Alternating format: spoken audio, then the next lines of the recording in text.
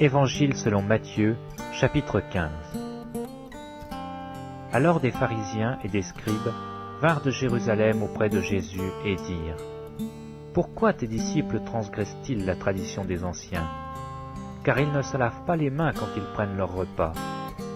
Il leur répondit : Et vous, pourquoi transgressez-vous le commandement de Dieu au profit de votre tradition ? Car Dieu a dit : Honore ton père et ta mère, et celui qui maudira son père ou sa mère sera puni de mort.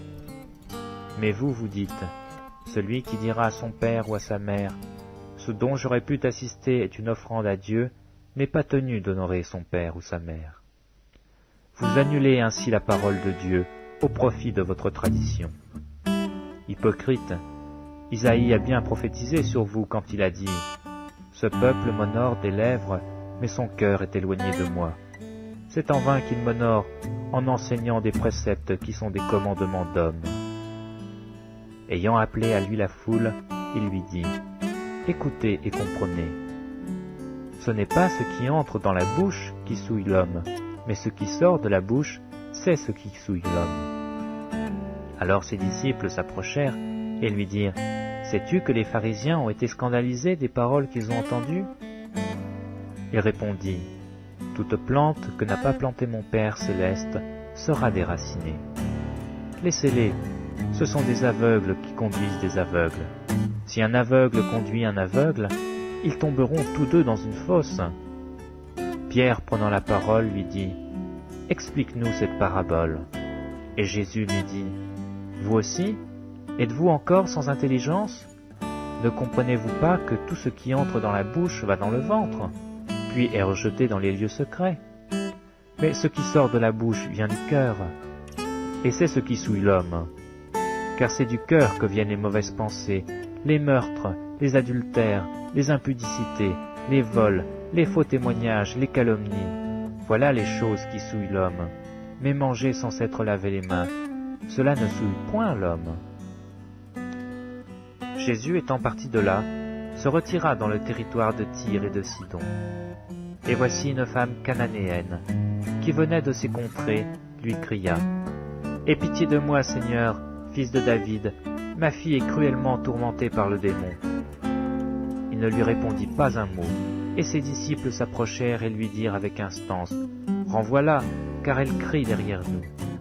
Il répondit : Je n'ai été envoyé qu'aux brebis perdues de la maison d'Israël. Mais elle vint se prosterner devant lui, disant : Seigneur, secours-moi. Il répondit : Il n'est pas bien de prendre le pain des enfants et de le jeter aux petits chiens. Oui, Seigneur, dit-elle, mais le petit chien mange les miettes qui tombent de la table de leur maître. Alors Jésus lui dit : Femme, ta foi est grande, qu'il te soit fait comme tu veux. Et à l'heure même, sa fille fut guérie.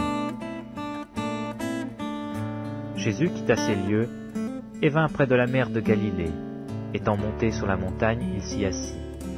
Alors s'approcha de lui une grande foule, ayant avec elle des boiteux, des aveugles, des muets, des estropiés, et beaucoup d'autres malades.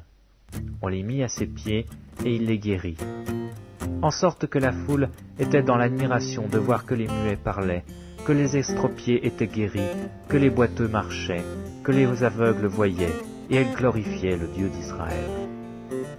Jésus, ayant appelé ses disciples, dit : Je suis ému de compassion pour cette foule, car voilà 3 jours qu'ils sont près de moi, et ils n'ont rien à manger. Je ne veux pas les renvoyer à jeun, de peur que les forces ne leur manquent en chemin. Les disciples lui dirent : Comment nous procurer dans ce lieu désert assez de pain pour rassasier une si grande foule ? Jésus leur demanda : Combien avez-vous de pain ? 7, répondirent-ils, et quelques petits poissons. Alors il fit asseoir la foule par terre, prit les 7 pains et les poissons, et après avoir rendu grâce, il les rompit, il les donna à ses disciples, qui les distribuèrent à la foule. Tous mangèrent et furent rassasiés, et l'on emporta 7 corbeilles pleines des morceaux qui restaient.